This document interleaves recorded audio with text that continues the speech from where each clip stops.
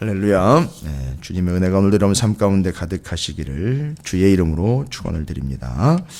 자, 시편 31편 다윗이 그 다윗의 시편을 통하여 정말로 어떻게 다윗이 계속해서 그 인생 가운데 이 왕이고 하나님이 기름을 부어서 세웠고 또 그가 또 육신적으로나 정황적으로 봐도 참 보통 일을 한 사람이 아닌데 지금 오늘 시편 31편의 모습을 보면 다윗 주변에는 친구 하나 없고 되려 친구였다라고 여겼던 이들이 놀라서 다 피해갈 지경으로 어떻게 이 모양이 됐어 내지는 이거 다윗하고 같이 있다가는 이거 큰일 나는 거 아니야 이런 생각들로 되려 친구들조차도 떠나가게 돼버리는 그런 비참한 상황처럼 묘사가 되고 있습니다. 본문의 11절에 내가 모든 대적들 때문에 욕을 당하고 내 이웃에게서는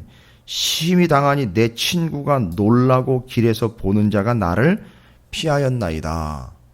그러니까 나를 알고 있는 사람들이 어떻게 그렇게 큰 고통 가운데 있고 어쩌다가 이렇게 됐어 이런 식으로 보면서 놀라고 주로 이렇게 도와주기는커녕 이런 비참한 모습을 보면 이거 참 사람 몹쓸게 됐구나 이러면서 이제 피해가는 거죠.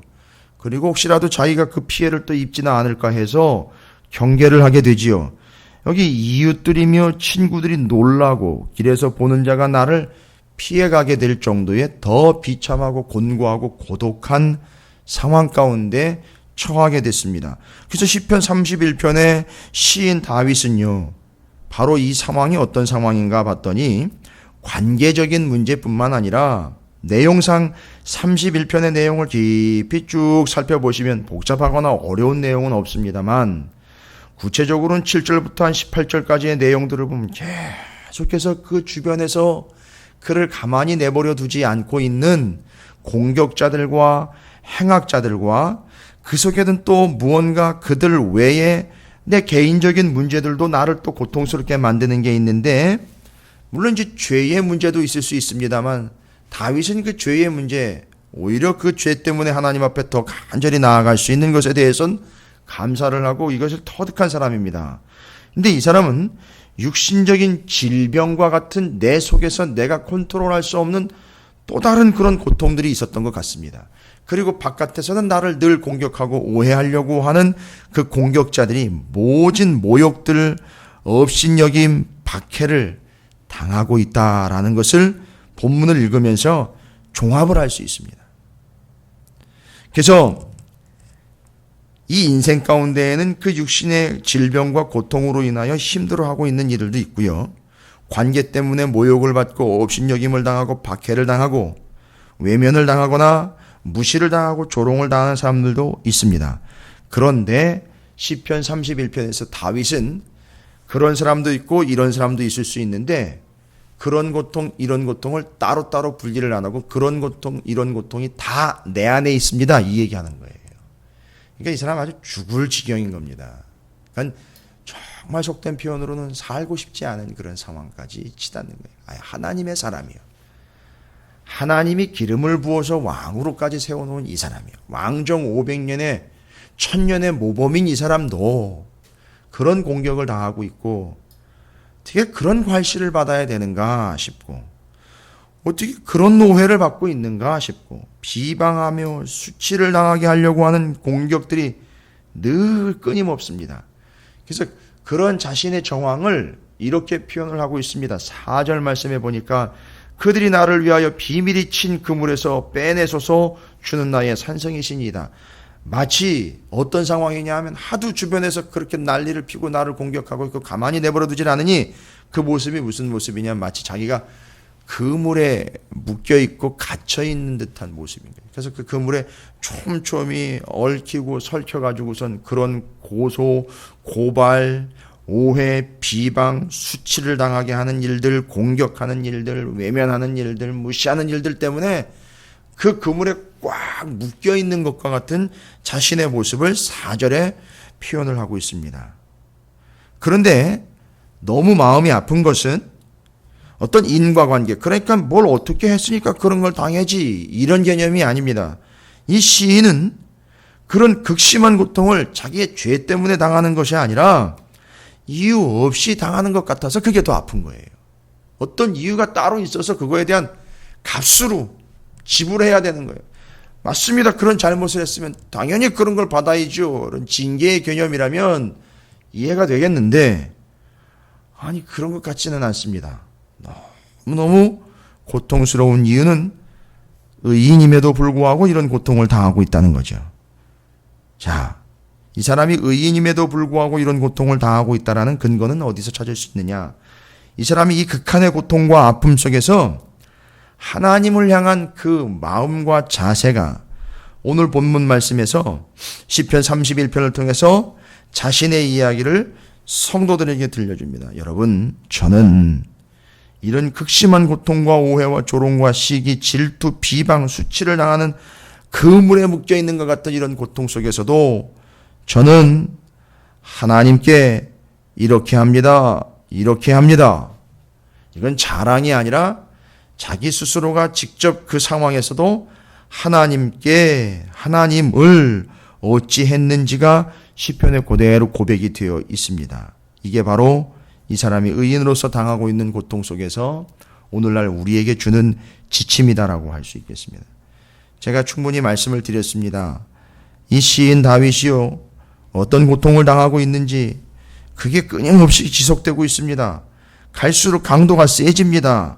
이럴 때 다윗이 5절과 6절에서 자신의 고백을 하지요. 그런 고통 속에서 나는 내가 나의 영을 주님의 손에 부탁합니다 라고 첫 번째 고백을 올려드립니다.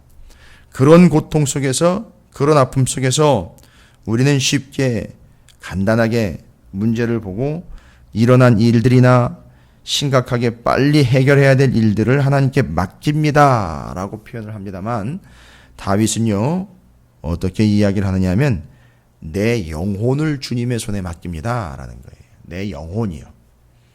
이게 별거 아닌 것 같은데 이 극심한 고통을 겪어온 사람이 터득한 바입니다. 잠깐 발생된 문제를 하나님께 맡깁니다. 예, 그건 그의 수면으로 이야기하면 수면에서 발목 정도의 높이라고 할까요? 그러나 내 영혼을 하나님께 맡깁니다 하면 아예 그 물속으로 쑥 들어간 거라고 볼 수가 있습니다. 그래서 하나님을 전적으로 의뢰하며 신뢰하며 내가 당하고 있는 이런 문제 저런 문제를 맡깁니다 하는 게 아니라 아예 처분을 하나님께 맡깁니다 라는 거죠. 나를 살리시든 죽이시든 저들이 나를 살리고 죽이는 게 아니라 하나님이 나를 살리고 죽이는 것이니 나를 맡깁니다 라는 이 고백은 그들의 공격을 완전히 뒤집어 버리는 고백이에요. 내가 저놈 때문에 죽겠습니다가 아니라 저놈이 나를 죽이는 게 아니라 적이 나를 죽이는 게 아니라 하나님이 나를 죽이고 살리는 거 아닙니까? 나를 하나님께 맡깁니다. 다 끝내버리는 겁니다. 이건 동굴에서 몇 년 살아보지 않은 사람은 절대 고백할 수 없는 거예요. 조그마한 문제만 생기면 그 문제 때문에 시시비비를 가려야 되고 그것 때문에 내 고민, 아픔, 내 짜증을 다 해결해야 되는 문제가 해결돼야 하나님을 믿겠습니다. 이런 얕은 발목의 신앙이 아니라 감히 누가 나를, 고통스럽지만 내 목숨은 저들이 좌우할 수 있는 게 아니라 하나님이 좌우하시는 것이니 내 영혼을 하나님께 맡깁니다. 그러니까 주변 정리가 끝나버리는 겁니다. 여러분, 이 고백은 이후로도 이 고백을 최고의 고백으로 여겼기 때문에 아시다시피 예수 그리스도와 스데반이 이 고백을 그대로 갖다 씁니다. 예수님이 얘기하십니다. 아버지, 제 영혼을 아버지 손에 맡깁니다. 저들이 나를 여기다 비록 못 박았으나 내 영혼을 아버지 손에 맡깁니다. 누가복음 23장 46절에 기록이 되어 있고요. 또 스데반이 고백합니다. 주 예수여 내 영혼을 받아 주십시오 라고 사도행전 7장 59절에 고백을 하고 있습니다. 하나님, 내 영혼, 아버지, 제 영혼을 아버지 손에 맡깁니다. 부탁합니다. 여기 부탁합니다라는 말은 맡깁니다라는 말이에요. 맡깁니다. 감히 어느 누가, 어느 패역한 자들, 어느 정신 나간 자들이 내 영혼을 좌지우지하나이까? 주님께 맡깁니다. 그리고 6절에 바로 이어서 내가 허탄한 거짓을 숭산하는 자를 미워하고 여호와를 의지하나이다 라고 해서 두 가지입니다. 그 고통 속에서 나는 내 영혼을 하나님께 맡깁니다. 나는 하나님을 의지합니다. 이 두 가지입니다. 하나님께 맡깁니다. 하나님을 의지합니다. 여러분, 맡깁니다라는 이 단어를 다시 한 번만 설명을 드리겠습니다. 맡긴다라는 말은 원래는 상업용어입니다. 상업. 그럼 퍼뜩 떠올리실 거예요. 그냥 우리는 단순하게 어느 은행의 이율이 더 싼가, 어느 은행의 이율이 더 높은가 해서 보십시오. 아주 간단하게 얘기한 거예요. 저는 세속적으로 이야기 드려요. 이해가 우리는 그 수준이니까요. 어디다 갖다 맡겨야 이율이 더 많이 나중에 찾아갈 때에 조금 더 찾아갈 수 있을까? 어디서 빌려야 조금 더 낮은 저금리로 해서 조금 덜 지불이 될 수 있을까? 우린 요런 수준이지요. 그러나 여기 다윗이 하나님께 영혼을 맡깁니다 할 때에 맡긴다라는 건 맡겼으면 나중에 찾아갈 수 있다라는 확고부동한 또 다른 약속이 그 안에 담겨 있다라는 걸 여러분 이해하십시오. 그래서 하나님께 맡기는 거예요. 그래서 이걸 상업용어에서 인용을 해온 겁니다. 빌려온 거예요. 여러분, 맡기는 건 빼앗기는 게 아니에요. 나중엔 여러분의 영혼이 도로 찾게 될 줄로 믿습니다. 뭘 찾습니까? 이율이요? 금리요? 아니면 뭐 나아진 환경이 아니요? 하나님을 찾게 됩니다. 그리고 하나님이 우리의 편이 되시고 하나님이 내 것이 되시고 되어주시는 거죠. 나의 기업이 되시는 겁니다. 잊지 마십시오. 다윗은 하나님께 맡깁니다. 의지합니다. 라고 고백을 하고 있습니다. 그런데 그 결과예요. 7절부터 18절까지 여러분이 쭉 읽어보시면 그 적들이 고통스럽게 만들어낸 그 상황들 속에서 복잡하게 너무너무 시끄러운 상황들이 계속 기록이 되어 있어요. 너무너무 아픈 거예요. 읽어보시면 그 마음이 쫙 전달이 되실 거예요. 자, 그런 상황에서 하나님께 맡깁니다. 의지합니다. 했더니만 그 결과로 하나님께서 어찌하셨는지 보십시오. 19절 크신 은혜를 베풀어 주셨습니다. 보십시오. 인생 앞에 베푸신 은혜가 어찌 그리 큰지요. 아니 그렇게 고통스럽고 아파했던 다윗이요. 그 시인이 나중에 19절 가가지고 고백을 하는데 그 앞에서 고통당한 거 봤으면 야, 이 사람이 너무너무 살기 힘들겠구나 이랬는데 19절 딱 넘어오니까 주를 두려워하는 자를 위하여 쌓아두신 은혜 곧 주께 피하는 자를 위하여 인생 앞에 베푸신 은혜가 어찌 그리 큰지요 했어요. 그 하나님께 맡기고 의지했던 그에게 하나님인 크신 은혜로 되갚아 주셨다는 거예요. 돌아오고 있죠? 맡겼다 찾아가는 거 여러분 기억하십시오. 좀 전에 그 맡겼다라는 말이 상업적인 용어요. 맡겼는데 맡긴 걸로 끝! 이게 아니라 맡겼다가 다시 찾아가는 건데 뭘 찾아갑니까? 하나님의 은혜를 찾아갑니다. 여러분 이건 주거니 받거니 하는 기브 앤 테이크를 이야기하는 게 아닙니다. 맡긴 결과 그에게 그것이 돌아오고 있는 거예요. 이건 하나님이 하시는 일입니다. 20절이요. 어떻게 하십니까? 그 고통, 그 아픔 속에서 주의 은밀한 곳에 숨기사. 그 하나님께서 그곳에 하나님께 숨겨주셨는데 그게 결국 뭐가 됐죠? 악한 것들과 죄악된 것들과 고통스러운 것들로부터 피하게 되는 것, 벗어나게 되는 것이 결과로 나왔습니다. 그래서 그렇게 하나님께 맡기고 하나님께 의지한 결과 크신 은혜를 베풀어 주셨고 숨겨주셨고 21절은요. 여러분 바로 그것이 우리에게 큰 은혜입니다. 하나님의 놀라운 사랑을 내게 보여주셨습니다. 뭡니까? 하나님 내가 사랑합니다 했는데 하나님이 거기다 대고 나는 너를 더 사랑해 라고 답을 주신 거잖아요. 글쎄요. 맡긴 자들에게 은혜 되찾아가게 하셨고 숨겨주셨고 사랑을 보여주셨고 22절입니다. 간구하는 소리를 들으셨나이다. 도로 찾아가십시오. 그래서 시편 기자는 23절 그런 하나님을 사랑하라 라고 권면하지만 이건 뭡니까? 나는 그런 하나님을 사랑합니다 라고 고백하는 거예요.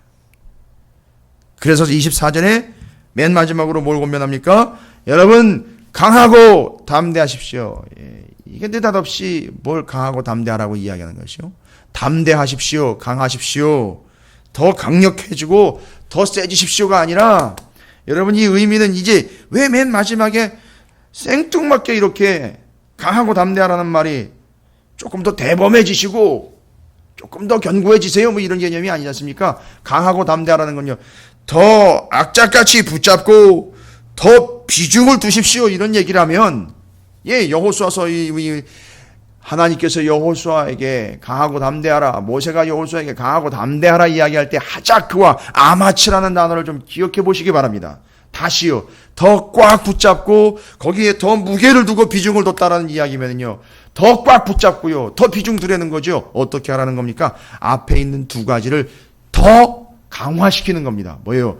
하나님께 더 맡기세요. 하나님을 더 의지하세요라는 걸 강하고 담대함으로 표현한 겁니다. 그래서 더 맡기고 더 의지하고 악착같이 맡기고 악착같이 의지하고 더 비중을 두고 더 그렇게 하십시오라고 다윗은 24절에 그렇게 마무리를 하고 있습니다.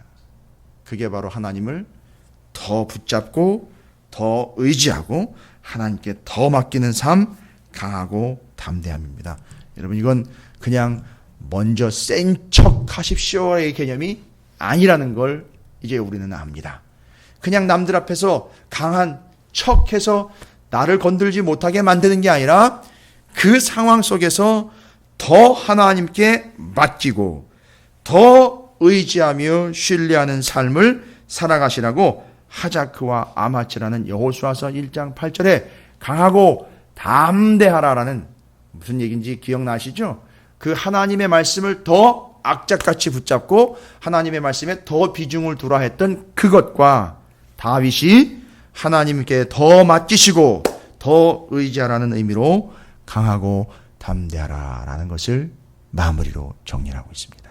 여러분 오늘 한날 여러분께서 이건 믿든지 안 믿든지의 그런 무책임한 발언이나 대상이 아닙니다. 반드시 우리는 다윗과 같이 하나님께 우리의 영혼을 맡기고 모든 것을 맡기고 여호와를 의지해야 할 줄로 믿습니다. 그런 삶으로 하나님이 여러분을 은혜 주시고 숨기시고 사랑하시고 들어주시고 구원하시는 영혼이 되시기를 주님의 이름으로 축복합니다.